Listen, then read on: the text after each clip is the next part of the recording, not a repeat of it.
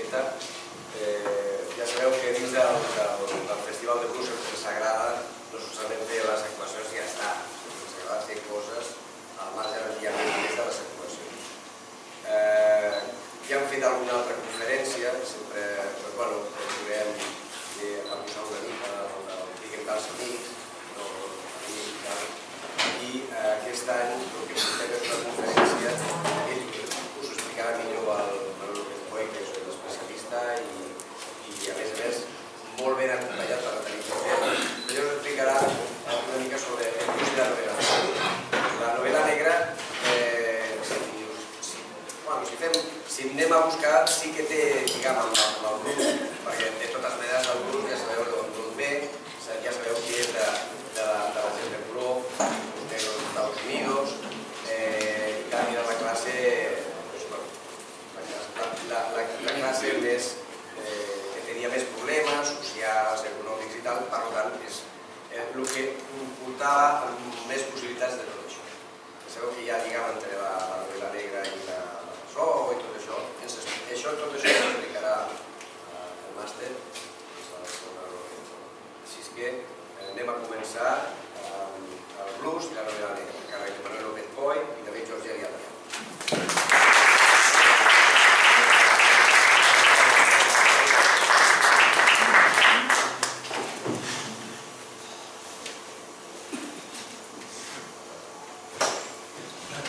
Bueno, una vez presentados, convenientemente empezamos. Esto es Tiroteo en Blue Note. Ante todo, muchas gracias por venir.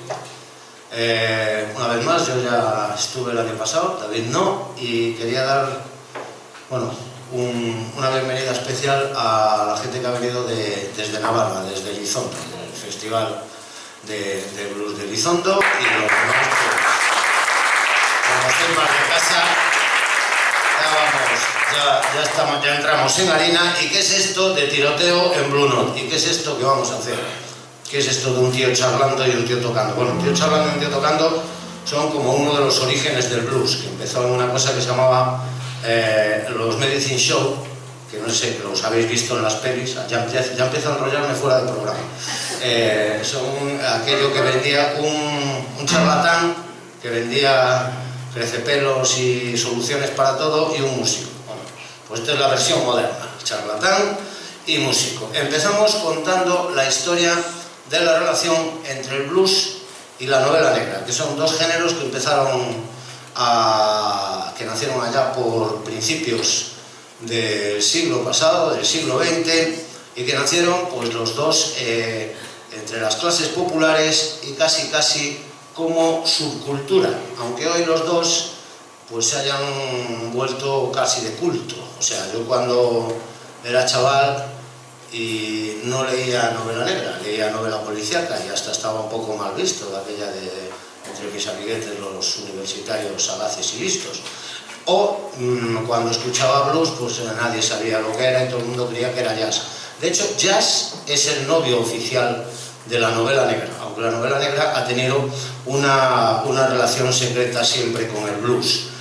Los dos comparten pues un paisaje humano muy parecido: delincuentes, periodistas, jueces, políticos, policías corruptos, camellos, borrachos, fulanos, fulanas, y en general todo el amplio espectro de la supervivencia que es común a la novela negra y al blues, y ambos empezaron pues eso, de una forma muy popular, unos en las novelas baratas, en las revistas baratas, y los otros en los barrios más bajos del sur de los Estados Unidos, entre las clases populares de lo que hoy se llaman los afroamericanos, y entonces se llamaban sencillamente los negros herederos de los esclavos. Y para empezar vamos a escuchar al acompañante de hoy, que es David Georgeli, que aparte de tener un nombre que parece sacado de una película de mafia italiana, pues es un pianista excepcional. Vamos para allá.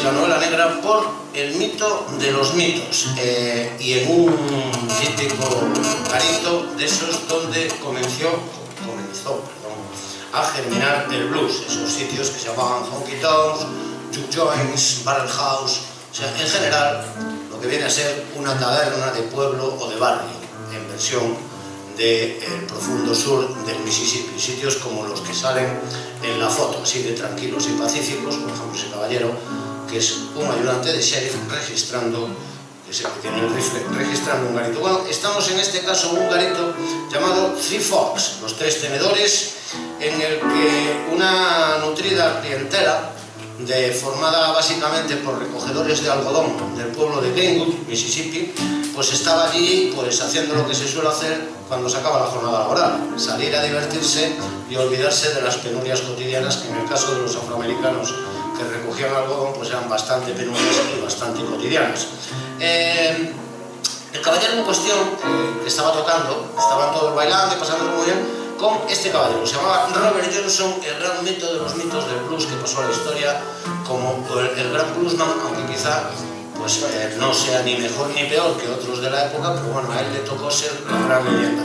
Y le tocó ser la gran leyenda porque ese día estaba tocando y por lo visto era un poco golf, digamos así, básicamente. Era un gran músico, un vividor absoluto, representante de los bluesman de la época, que eran tipos que iban de pueblo en pueblo, de botella en botella, de mujer en mujer, y de supervivencia en supervivencia, y de vez en cuando de paliza del sheriff en paliza del sheriff.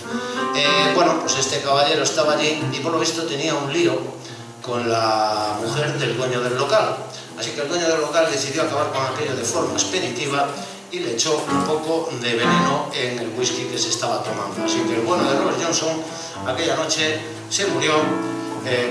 Se murió aquella noche, no, se murió 2 días después, cuenta la leyenda, que aquí viene la historia, porque la leyenda decía que él había hecho un pacto con el diablo, en un cruce de caminos, de madrugada, para cambiar la sabiduría, o sea, su alma por sabiduría para saber tocar. Y entonces la leyenda se engrandeció cuando murió y dijeron que había muerto aullando a la luna como un lobo, supongo que quejándose de un dolor brutal de tripas porque estaba envenenado.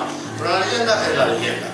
Así que el 16 de agosto de 1938 el demonio decidió cobrarse la deuda que tenía con Robert Johnson, que le había vendido el alma, y se llevó el alma y la vida. Y desde entonces pues está enterrado en este pueblo, Greenwood, Mississippi, con esta bonita lápida que es un punto de peregrinación de todos los chiflados que nos gusta el blues más que comer con las manos. Bueno, esta es la leyenda de Robert Johnson. Ignorante probablemente de tal suceso, a 2.580 kilómetros, para que veáis que lo he calculado, de allí, en Los Ángeles, en California, estaba este caballero, el señor Raymond Chandler, una de las grandes figuras de la novela negra, que por entonces estaba acabando de escribir un relato que se llamaba Vice City Blues. Vice City Blues, que aparece publicado por primera vez en esta revista, Time Detective, que es una revista de aquellas baratas que sacaban historias de terror, policíacas y tal, con bastante morbo, bastante chicha y bastante sangre para que se vendiesen más y como churros. Y es la primera vez que la palabra blues aparece vinculada a un relato de la novela negra. Aunque en aquella época el blues era una música prácticamente exclusivamente, estamos hablando del año 38, o sea, en plena segregación racial, y el blues era básicamente una música de, por y para negros. Todavía no habían llegado los finales de los 50 a los 60, que es cuando el blues salta al público blanco y empieza a abandonar al público negro, por cierto. Pero bueno, Raymond Chandler sí sabía algo del asunto, porque un par de años antes de publicar este relato, Vice City Blues, ya había publicado otro relato que se llamaba Pick Up on North Street, en el que contaba una historia que iba de un bluesman y lo describía así. El negro del traje de cuadros estaba sentado y pellizcaba lánguidamente un banjo. Su cara ancha se mostraba solemne y en paz, aunque un poco triste. Rasgaba las cuerdas del banjo despacio, con los dedos desnudos, la cabeza hacia un lado, una colilla arrugada asomando apenas de los labios en la comisura de la boca. Desde el fondo de la garganta emitía una especie de zumbido, cantaba. El negro del traje de cuadros se llamaba Ruth, por lo visto está descrito así en el relato, era un negro con unas manos enormes, unas manos que usaba indistintamente para ejercer dos oficios, el de músico y el de matón, algo que no era muy extraño en los primeros bluesman, tal y como os contaré ahora, porque los bluesman, dada su doble condición, su triple condición de músicos vagabundos, negros y pobres, eran pues candidatos especiales para ir a la cárcel. Todos hemos visto las películas en las que en las granjas penitenciarias sale una hilera de negros, habitualmente pues o trabajando las vías de ferrocarril o construyendo algún camino, mientras cantaban una cosa que eran los cantos de trabajo de la cárcel, que se llamaban chain gang, y que servían pues para reírse en la jeta del guardia, porque usaban slang, usaban argot, y entonces pues o bien se transmitían consignas para fugarse o se reían de los guardias. Bueno, hay bluesman, los bluesman más meritorios, que pasaran por la cárcel, no diría que casi todos, pero un buen porcentaje. Pero los hay emblemáticos. Por ejemplo, este caballero es Son House, uno de los fundamentos, una de las bases del blues del Delta, que es como dicen las bases del blues, el hombre más elegante que pisó probablemente un escenario en aquella época, y que cumplió una condena de trabajos forzados por dispararle a un hombre durante una borrachera. Un despiste, un mal día, lo tiene cualquiera.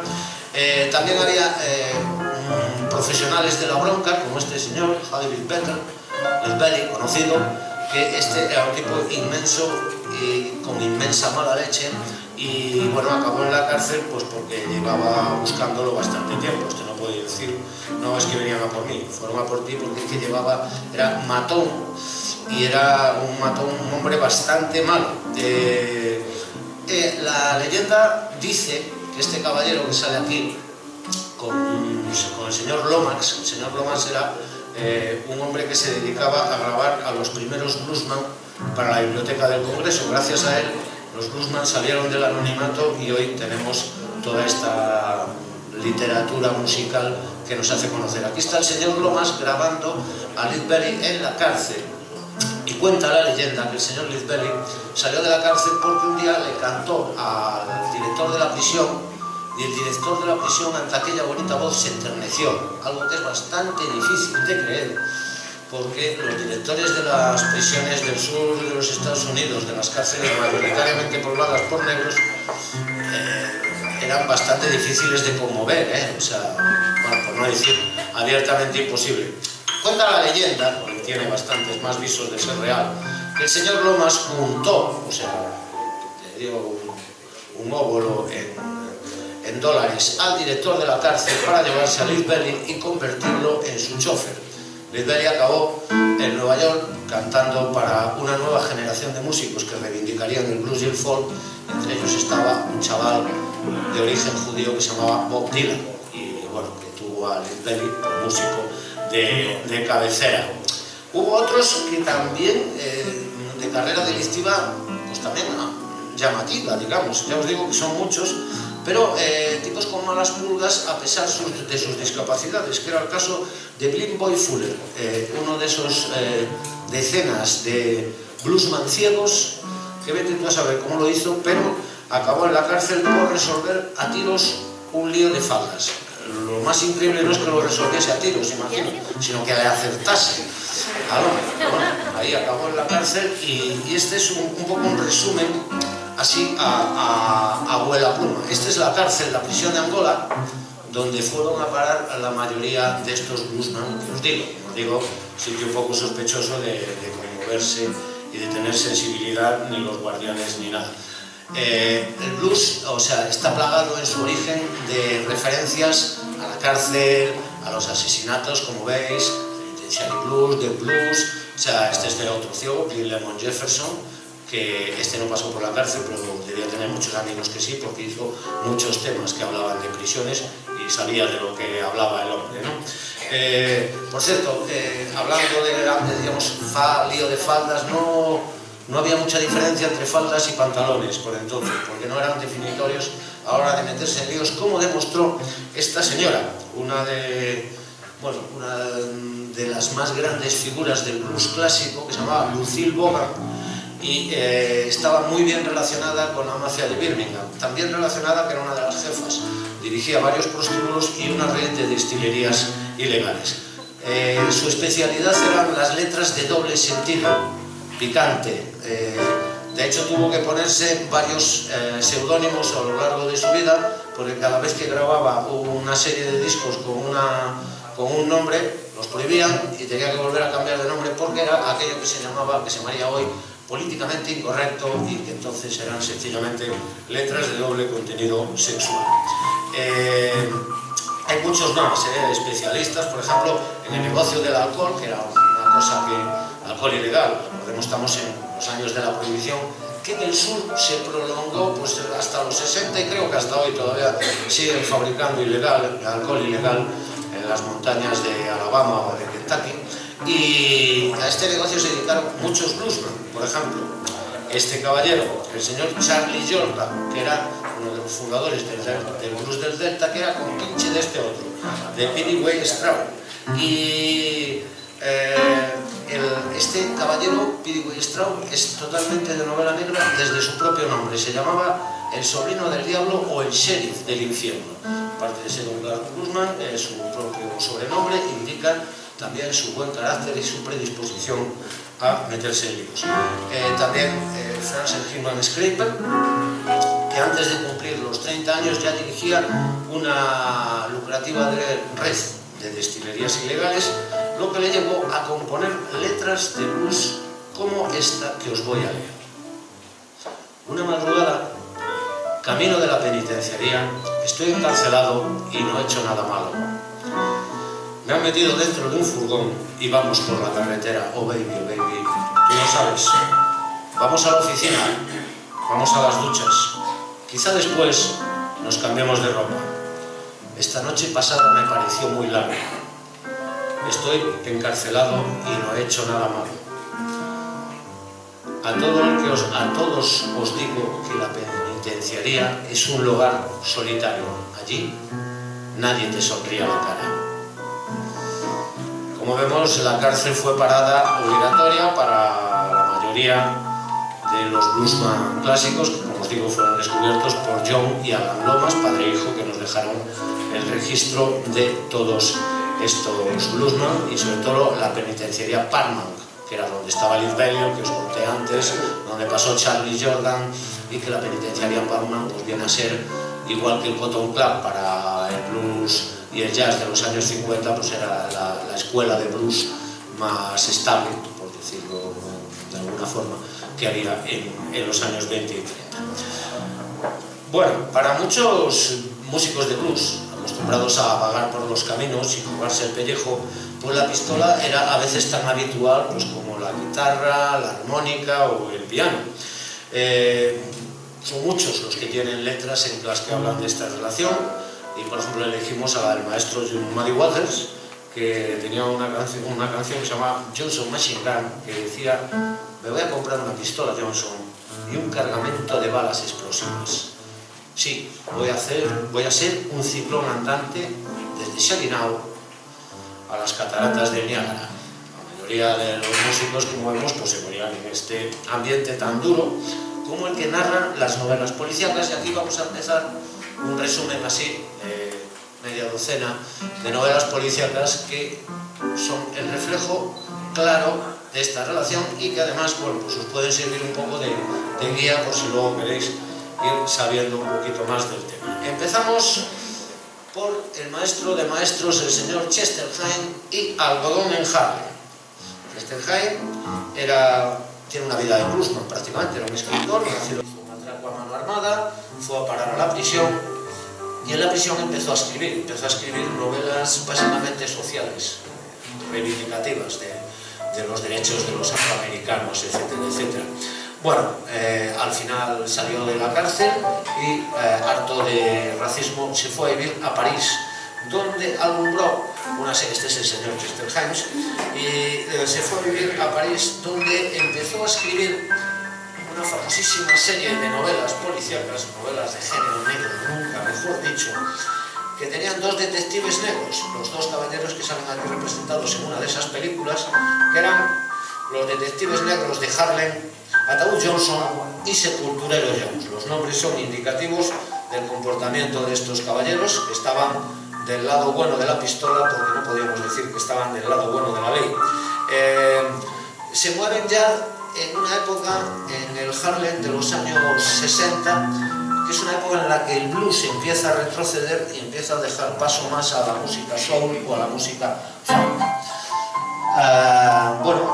Algodón en Harlem tiene una descripción del propio barrio de esos barrios del norte a los que los negros del sur fueron trasladándose, por no decir huyendo directamente, durante la mitad del año 30, que era del año 20, al año 60 más o menos, huyendo del Ku Klux Klan y la miseria, porque en el norte, hombre, no estaban muy bien tratados, pero no había Ku Klux Klan y vivían en guetos, que no era muchísimo mejor que vivir en los barrios donde vivían, pero al menos no los linchaban gratuitamente por el mero hecho de cruzarse con una blanca y que la blanca le diera por denunciarlos, o que a un blanco le diese por decir que aquel tío había entrado a robarle, y le linchaban sin mayor problemas. Pasamos ahora a la siguiente novela y cambiamos de ciudad. Cambiamos del Harlem de Nueva York a Nueva Orleans, la cuna del jazz. Y va a sonar un tema típico de Nueva York.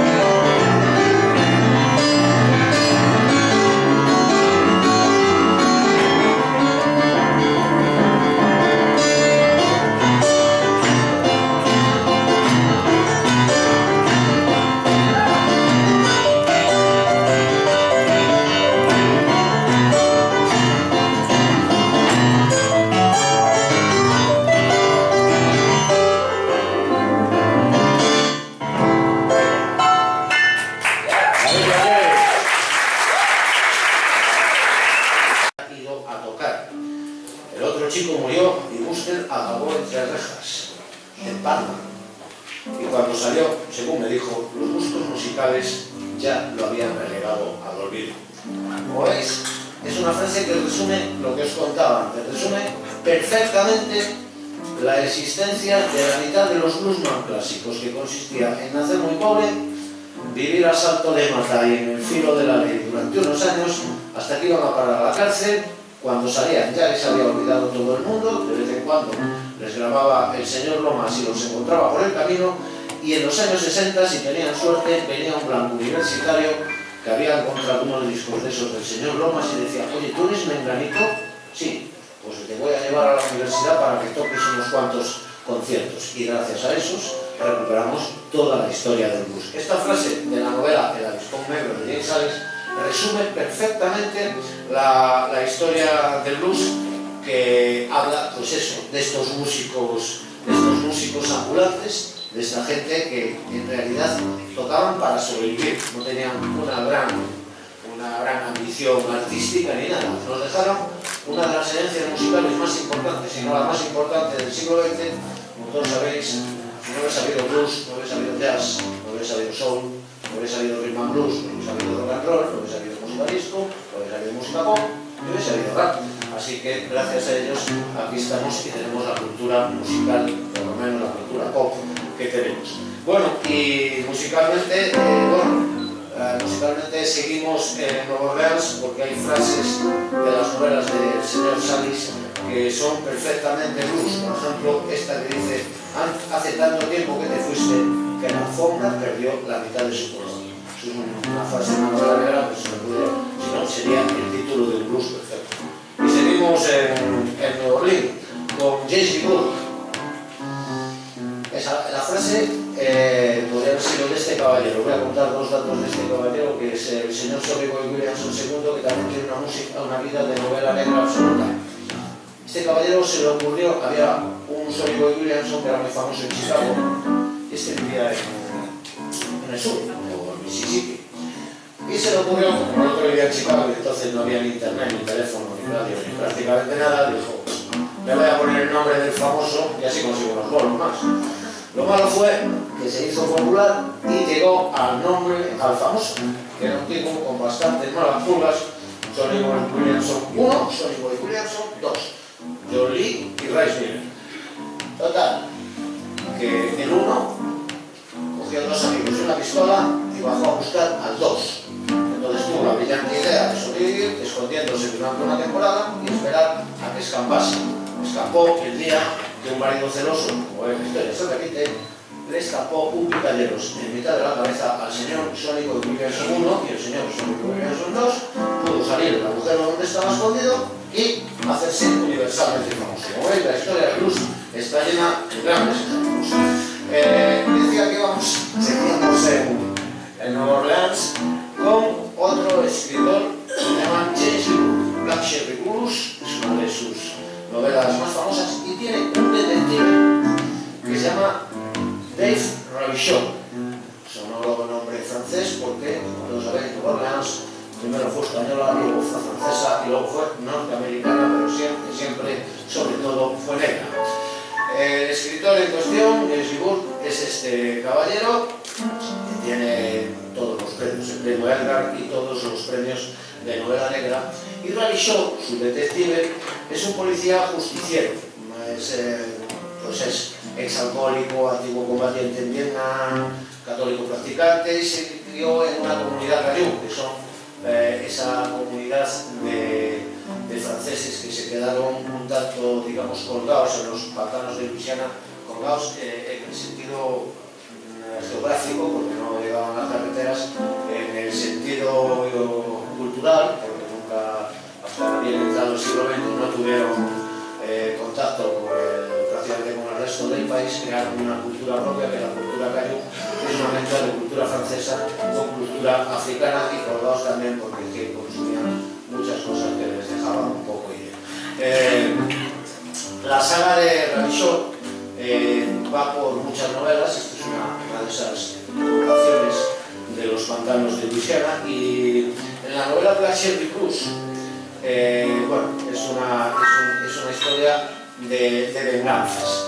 Tiene una novela, vamos a hacer un inciso, tiene una novela que se llama El el huracán que os recomiendo a todos, porque es cuando todo el mundo creía que la comunidad afroamericana había salido del agujero, porque había habido generales como Colin Powell que invadieron Irak y eso siendo afroamericanos, o Condoleezza Rice, que era secretaria de Estado, o incluso grandes actores, famosos, músicos, etcétera, etcétera, resultó que vino el Katrina y nos descubrió a todos que los afroamericanos seguían siendo los de la cola del fútbol. Allí no fue nadie a socorrerlos y los dejaron allí tirados. Esta es la historia que cuenta una novela policíaca del señor James B. Burke en El huracán. Lo recomiendo encarecidamente si os interesa el tema. Bueno, pues en Black Sheep Blues, la otra novela que contaba, cuenta, pues es una novela que nos lleva a un punto de inflexión, que es el momento en el que el blues se convierte en rhythm and blues, que como decía exactamente la música es el nombre que le pusieron a los blancos a rock and roll, o sea, es el nombre original y que los blancos llamaron rock and roll. Rhythm and blues, rock and roll, llámale una, llámale la otra, que es exactamente lo mismo. Entonces está protagonizada por, bueno, pues por uno de esos chicos cantantes blancos de blues, o sea, cantantes de rock and roll original, lo que se llamaban los Grizzlies, esos rebeldes de los años 50 que, bueno, parieron una música que se hizo absolutamente universalmente famosa y que contribuyó también en buena medida a rescatar del olvido a la música afroamericana. Y ahora vamos a dar un salto, vamos a cruzar el Atlántico, nos vamos a ir a Italia.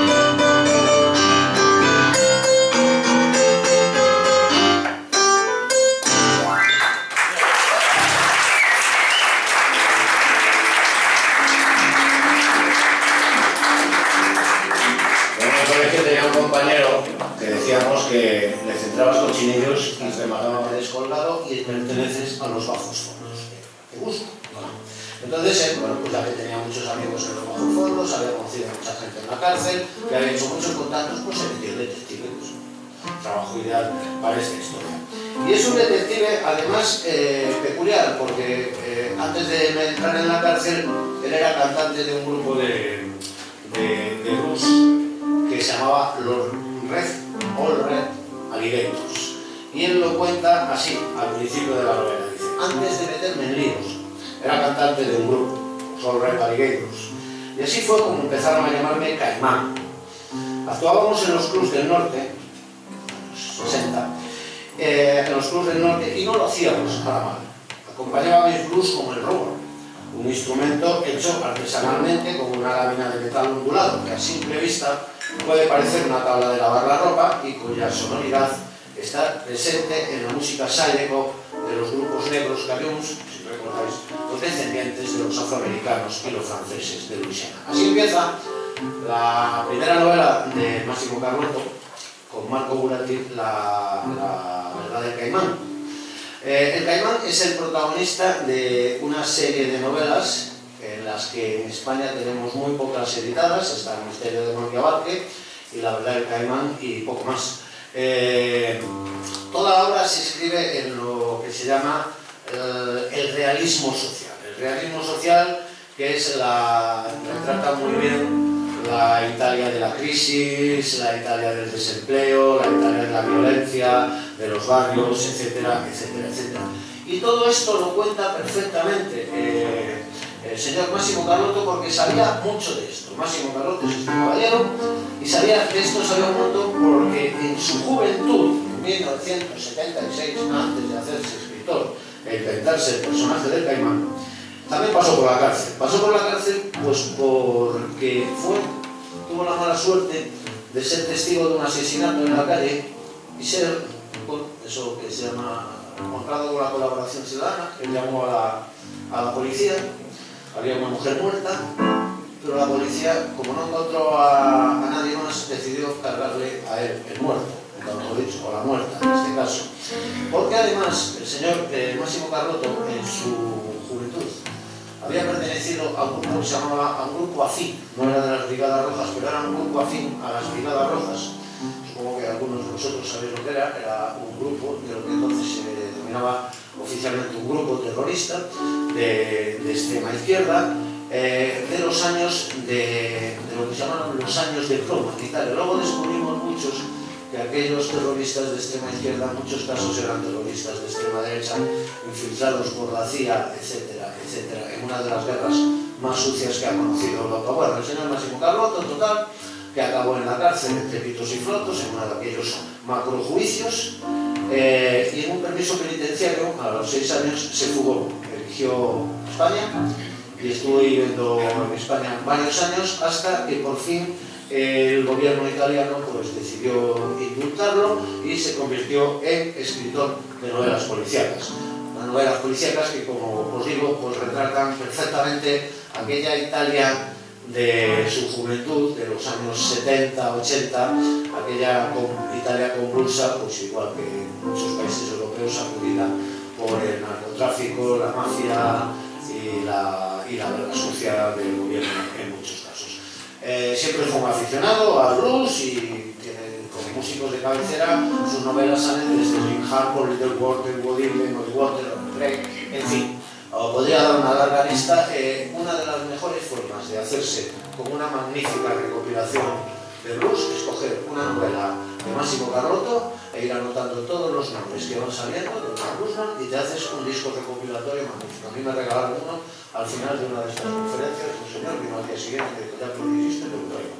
Me dijo que no dijera porque era director de banco y que no dijera quién era. Bueno, y de Italia vamos a dar otro salto mortal de espaldas y porque nos sale barato, no tenemos que pillar avión, volvemos a los Estados Unidos, en este caso al Mississippi, y también nos va a empezar con otro blues.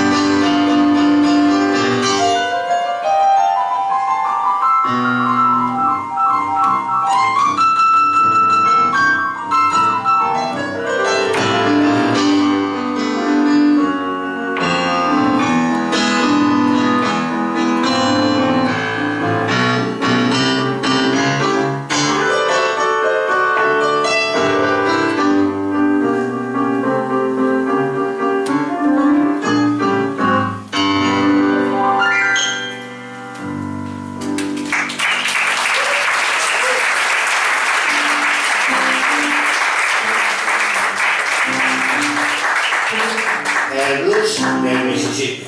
El blues del Mississippi es una novela que, desde luego, si hay algo que une en la portada el blues y la novela negra, es esta portada, no tiene escapatoria.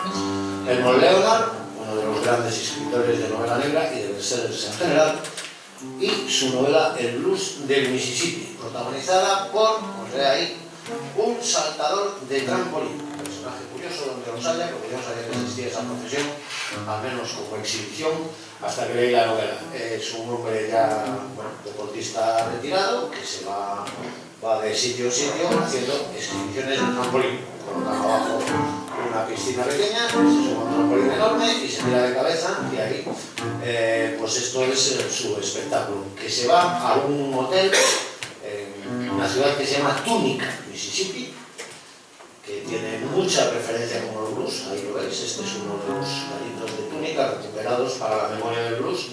Eso azul que hay, que pone Hawaii 61 Blues, son las típicas placas que hay en todos los sitios de blues por el sur, los sitios significativos. Bueno, en la novela Túnica van a abrir un hotel nuevo, se llevan a este hombre, de Lenihan, para hacer la exhibición en la apertura del hotel, y cuando sube al trampolín ve desde arriba cómo están matando a alguien.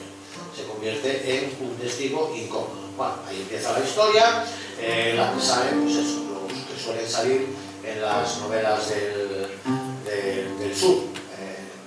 Negros todavía bastante perseguidos, blancos galulos, traficantes de alcohol, policías corruptos y todo este panorama tan habitual de las novelas y de las películas. Está al pie de la ruta 61, muy cerca de Glasdale, que es el sitio donde, que os comentaba antes, Robert Johnson metió el alma al diablo, donde nació Ike Turner, Turner, y bueno, donde nacieron un montón de bluesman, y este es el detective, se pasea por allí, este detective ocasional, de la mano de un tal Robert Taylor, que es un vividor que viene de Chicago, y le dice que él es nieto de un señor que los blancos lincharon, que era músico de blues, su abuelo, y fue linchado por una turba de racistas, algo que no queda nada claro.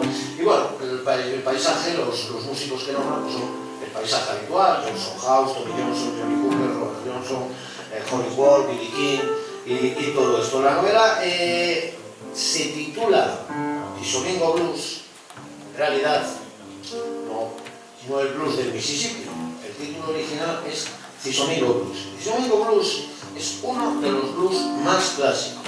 Es uno de los blues más clásicos, y en la novela, en la introducción, se recoge la letra de la versión grabada en 1926 por Berry Howell, que es el caballero de la derecha de la imagen, o sea, el más alto, el más gordo y el más grande. Esto es su juventud.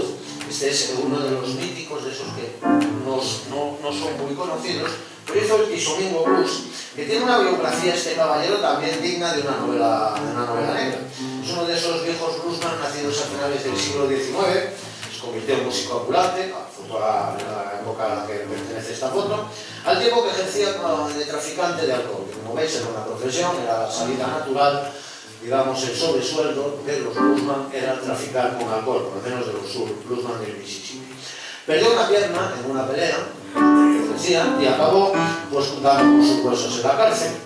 De allí sacó uno de los temas más populares, Prison Blues New, grabado en 1926. En 1952, este caballero, aquí lo tenéis, su tema más famoso. Y cuando salió de la cárcel, pues en 1952, a los 64 años de edad, perdió la pierna a causa de la mala vida, la diabetes, el alcoholismo, etcétera, etcétera, y acabó convertido en un mendigo en una silla de ruedas, hasta que en 1963 fue descubierto por un universitario investigador del blues blanco, que lo llevó a grabar unos temas que fueron su testamento musical. Como veis, todo va más o menos siguiendo la misma pauta que os decía antes, ¿no? Era este tipo hay un señor que se llama Helfer, de una enciclopedia del blues, que se dedicó a recorrer Chicago y nos dejó fotografías como esta. Así vivían los Bluesman en su última etapa, más o menos, cuando ya nadie se acordaba de ellos, excepto que apareciese algún, lo que hoy se llama un friki, que era alguien que había encontrado un disco de pizarra y tenía tiempo, supongo que dinero, aunque a lo mejor dinero no mucho, en los años 60, intelectual hippie, y bajaba a buscarlos. Muchos los encontraba, muchos no. Hay uno muy bueno que es Mississippi McDowell, que cuando el blanco de turno llegó y le encontró en una cabaña perdida allá por el profundo sur, le dijo: usted es Fred Mississippi McDowell. Y le dijo: se equivoca usted de hombre, yo no soy Fred Mississippi McDowell. Cuando le insistió mucho, descubrió que es que Fred Mississippi McDowell creía que era un tipo del FBI que le iba a buscar por lo de siempre, por fabricar alcohol ilegal. En fin, gracias a la existencia de este hombre, pues tenemos discos de Mississippi McDowell. Bueno, y damos otra vez, curva al asiento, otro salto a Europa. Nos venimos a Francia, a la tierra del señor Boris Vian, un intelectual amante del género negro. Boris Vian no es un escritor de género, porque no es un escritor de género ni negro ni de ningún otro color, es sencillamente un escritor con mayúsculas, uno de los grandes escritores que ha dado el siglo XX europeo, y tiene una novela que es puro blues y pura barbarie, que se llama Escupiré sobre vuestra tumba. Es negra y brutal hasta no poder más.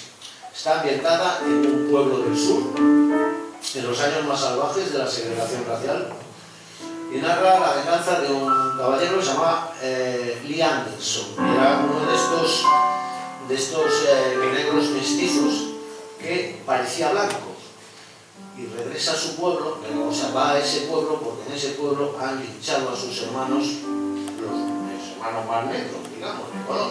Y él se hace pasar por blanco, y después de amargarle la existencia a los blancos del pueblo, hace una venganza espectacular y brutal.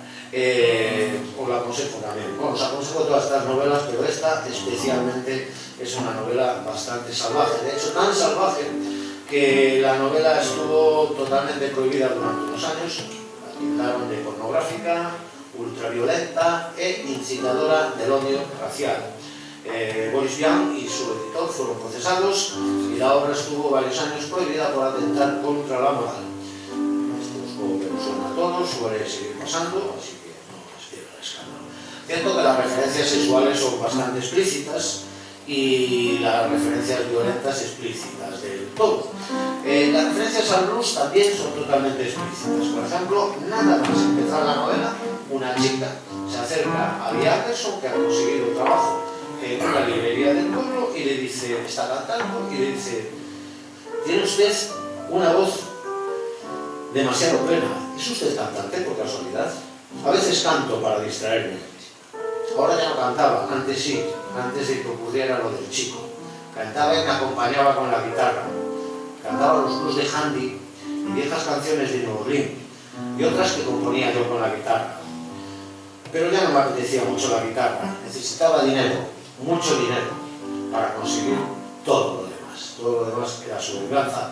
El Handy al que se refiere es este señor William Christopher Handy, que es mencionado muchas veces a lo largo de la novela, que es el caballero que puso título al blues. Le llaman el padre del blues, pero bueno, después estas paternidades son difíciles de atribuir, y el descubrimiento del blues, pues el blues no nació un día, pero él lo bautizó un día de 1903, cuando estaba esperando un tren en una estación llamada Tutwiler, Mississippi. El tren llegaba por retraso, cosa que también es bastante habitual, y allí había un negro que tocaba lo que él calificó como un lamento, pasando el filo de la navaja por las cuerdas de la guitarra. Y él le preguntó al negro, aquel aparcero: ¿qué estás tocando? El chaval William Christopher Handy, por cierto, era de la burguesía negra, era director de orquesta y había estudiado. Entonces a la curiosidad le llegó a preguntar: ¿qué es esto que tocas? Y dijo: esto que toco es blues. William Christopher Handy, como tenía dinero, estudios musicales y contactos, pues fue el que reivindicó la paternidad de haber descubierto el blues, sabes cómo son los descubrimientos, y hizo la primera partitura de blues, que se llamó St. Louis Blues, que es una obra muy conocida. La estación podía ser como esta, no hay foto de Tutwiler, pero esto es Millstone, que está a muy poquitos kilómetros de allí. Bueno, pues esto es lo que le dio pie al señor Boris Vian, que es este caballero, a esta mención en su novela, ya os digo, Escupiré sobre vuestra tumba, que es bastante brutal. De hecho, Boris Vian sabía bastante de blues porque otra de sus facetas, aparte de escritor escandaloso, era la de jazz, también escandaloso. Era un hombre que era escandaloso en todo lo que hacía. Y seguimos, ¿no? Seguimos con el acompañamiento musical de David, pues es que me pierdo yo y le pierdo a él, es una de mis grandes virtudes, perderme y perderme. Y de París volvemos a cruzar esa vía, que como no nos cobran billete de avión, vamos de aquí para allá como locos, que es un poco también lo que hizo el blues ya a partir de los años 60, 70, o sea, llega un momento que, como os decía antes, el blues, ya sobre todo en las ciudades, empieza a perder esa pátina rural, empieza a desvirtuarse, se hace eléctrico, como Muddy Waters, Howlin' Wolf, lo que se conoce como el blues de Chicago, y sobre todo es reivindicado por un público blanco. El público negro, el blues le sonaba la música de los abuelos, de aquel músico, aquellos que habían venido del sur, aquellos agricultores un poco altos, y que bueno, pues tenían músicas ya favoritas que eran el soul y el rhythm and blues. Los blancos en Europa seguían escuchando mucho blues, así que ahora venimos de París, donde se escuchaba blues, y volvemos a Nueva York.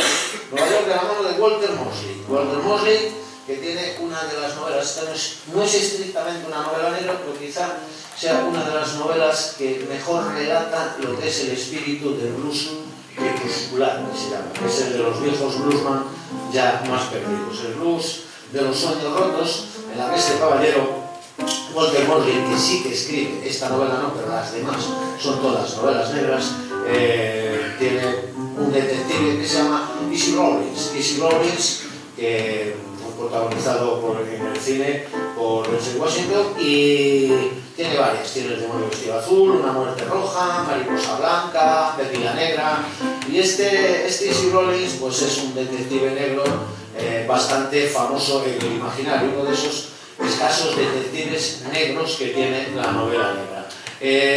Pero volviendo a la novela que tenía, de la que estábamos hablando, El blues de los sueños rotos, cuenta la historia de Cuchara Weiss. Cuchara Weiss es un negro que aparece en la novela en la acera, a punto de convertirse en un vagabundo porque le van a desahuciar.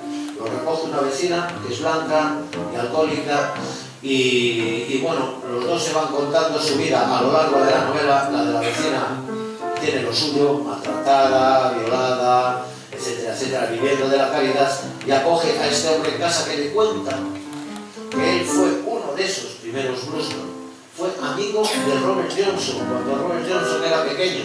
Los dos se colaban en los garitos aquellos de los Barrel House y los Honky Tonk que os he contado antes, a ver y a escuchar a los bluesman, y le llamaban Cuchara Weiss porque eso de las dos cucharas pegadas, traca, traca, traca, traca, ese era su instrumento. Pero el que se hizo famoso fue Robert Johnson, en parte entendible porque Robert Johnson tocaba una guitarra, no es lo mismo que tocar dos cucharas. Sobre todo que probablemente Cuchara Weiss, pues a lo largo de la novela ves que probablemente esta sea una leyenda que se ha inventado él para darse ínfulas, pero formaba parte de todo aquel mundo que ya desaparecía. La novela está ambientada a finales de los 70, principios de los 80, una América que desaparece, la de los viejos bluesman nacidos en el Mississippi, que empezaron siendo unos niños inventándose sus propios instrumentos. Y decía una frase que es muy definitiva, decía: el verdadero blues está en ese camino que recorrió Robert Johnson, sufriendo y cantando hasta que murió. Mis costillas son la cárcel, el blues es mi corazón. Aquí, si quieres, si tocas algo, hacemos un paréntesis y ya nos vamos a la jugada que estamos dando.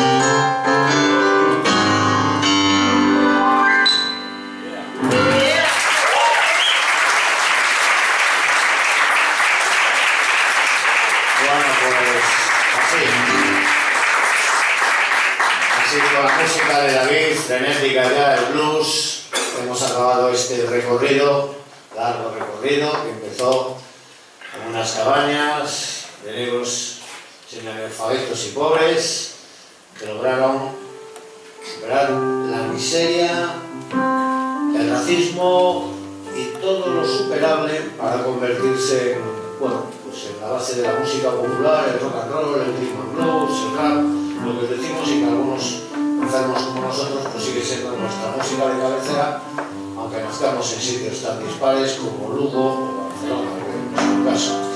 En fin, gracias por estar aquí. Espero que no os hayáis aburrido. Si no os habéis aburrido, ha sido fundamentalmente gracias a la maestría de David. Quiero dar gracias también a la gente del Festival de Blues de Badalona por contar con nosotros año tras año.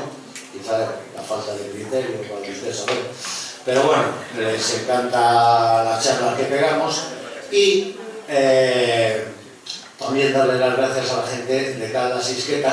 Ya lo dije el año pasado y lo vuelvo a repetir. Me sigue asombrando que haya gente empecinada en apostar por la cultura. Gracias, muchachos, os lo agradecemos en el alma. Gracias a vosotros.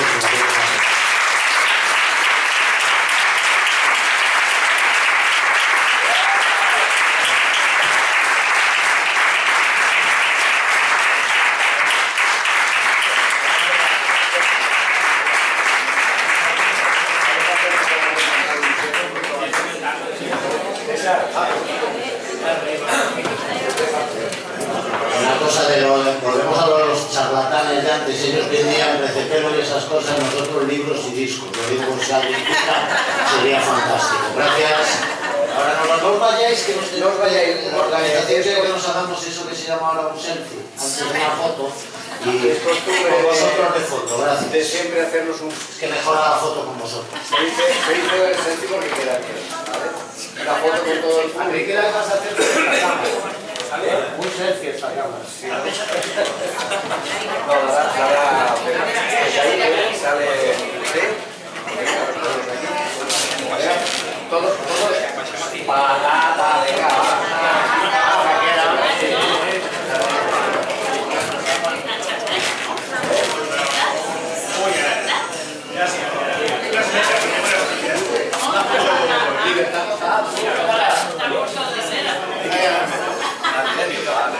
venga, todos. Patata. Hace más de curva, ¿eh?